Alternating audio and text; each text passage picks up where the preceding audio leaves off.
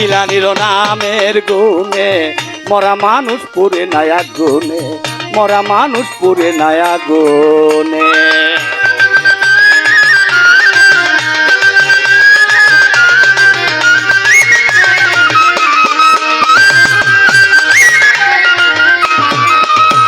আমি এই গানটা করতাম না, মণিমালাকে বুঝাই দিতেছি পীরের কি পাওয়ার থাকে, বাবার কি পাওয়ার, এই নগদ পাওয়ারটা দেখানোর জন্য এই গানটা করতেছি। তুমি বুঝো বাবা কি জিনিস। ওরে বুরহানপুরে ছিল এক হিন্দু,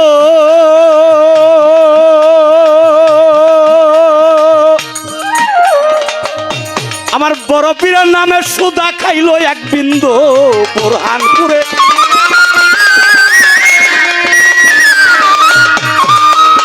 আমার বড় পীরের নামে সুদা খাইলো এক বিন্দু। দণ্ড তো দান করিত গোপনে গোপনে,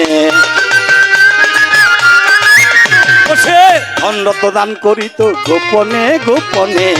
মরা মানুষ পুরে নায়া গুণে, জিলানির নামের গুণে, অলি আল্লাহর নামের গুণে, মরা মানুষ পুরে নায়া গুণে।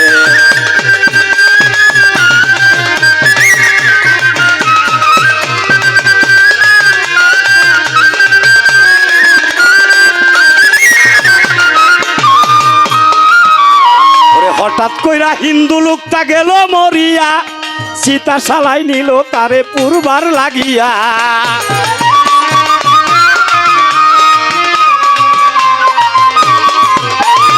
হঠাৎ করে হিন্দু লোকটা গেল মরিয়া, সীতা শালাই নিল তারে পুরবার লাগিয়া।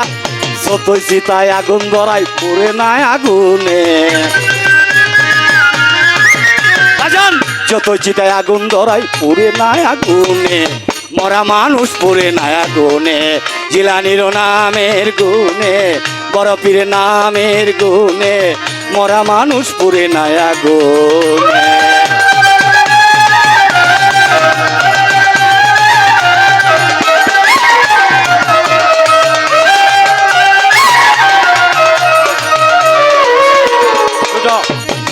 আস্তে বুরহানপুরে এক হিন্দু ভদ্রলোক ছিল, হযরত বড় পীর আব্দুল কাদের জিলানী রহমতুল্লাহ সালামের কাছে গোপন এসে বায়াত পড়েছিল। কিন্তু হিন্দুরা জানতো সে হিন্দু, গোপনে গোপনে বড় পীরের কাছে সে যাতায়াত করত, কলেমা পড়ে মুসলমান হয়েছিল। সে প্রকাশ্যে ইসলাম ধর্ম গ্রহণ করতে পারে নাই, কৃষ্টি কালচার পালন করতে পারে নাই। এর কারণ তার ঘরে ছিল বিবাহযোগ্য 3টি সন্তান। সে ভাবলো হিন্দুরা যদি জানতে পারে আমি মুসলমান হয়ে গেছি, তাহলে আমি আমার মেয়েগুলা বিবাহ দিতে পারবো না। তাই গোপনে গোপনে সে হযরত বড় পীরের সাথে সম্পর্ক ছিল, মুসলমান হয়েছিল। হঠাৎ করে যখন তিনি মারা গেলেন, হিন্দু শাস্ত্র মোতাবেক তারেকে চিতায় নিল পুরানোর জন্য, শত সহস্রবার আগুন দিয়ে পুরাইতে পারে নাই। তাহলে তুমি এখন বুঝো, একজন জীবিত মানুষ মরার পরে পৃথিবীর আগুনে যদি তারে না পুড়ে, বাবার প্রেমিক হইলে ওই পারের আগুনে তাকে পুরানো সম্ভব না। তাই সাধক লিখেছে,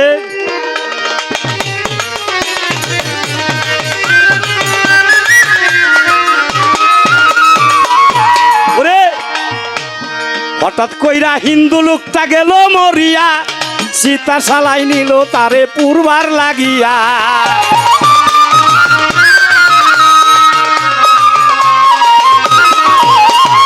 হঠাৎ করে হিন্দু লোকটা গেল মরিয়া, সীতা শালাই নিল তারে পুরবার লাগিয়া।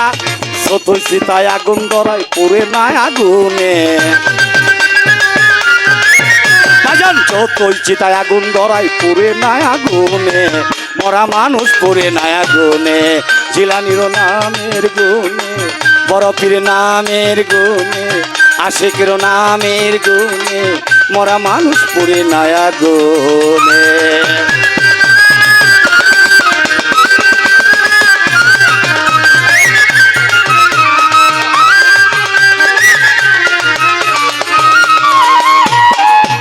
এবার হিন্দুরা কয় মহাপাপী গেছে লুক হইয়া, দজলা নদীতে লাশটা দেও না রে ভাসাইয়া।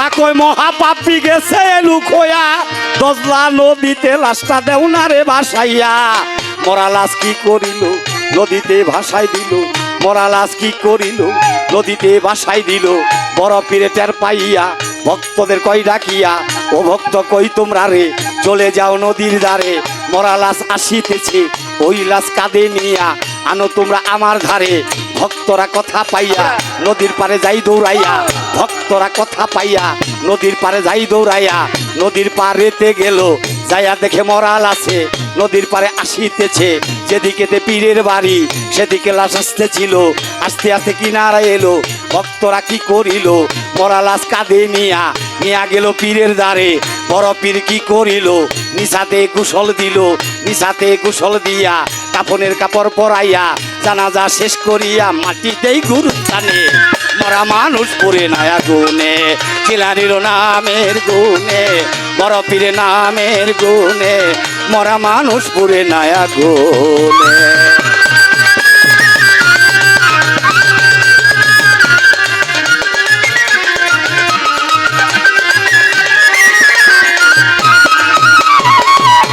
আমার কাদিয়া তরিকার পুরা হইয়া গেছে যারা দুজকের আগুনে কবু পুরিবে না তারা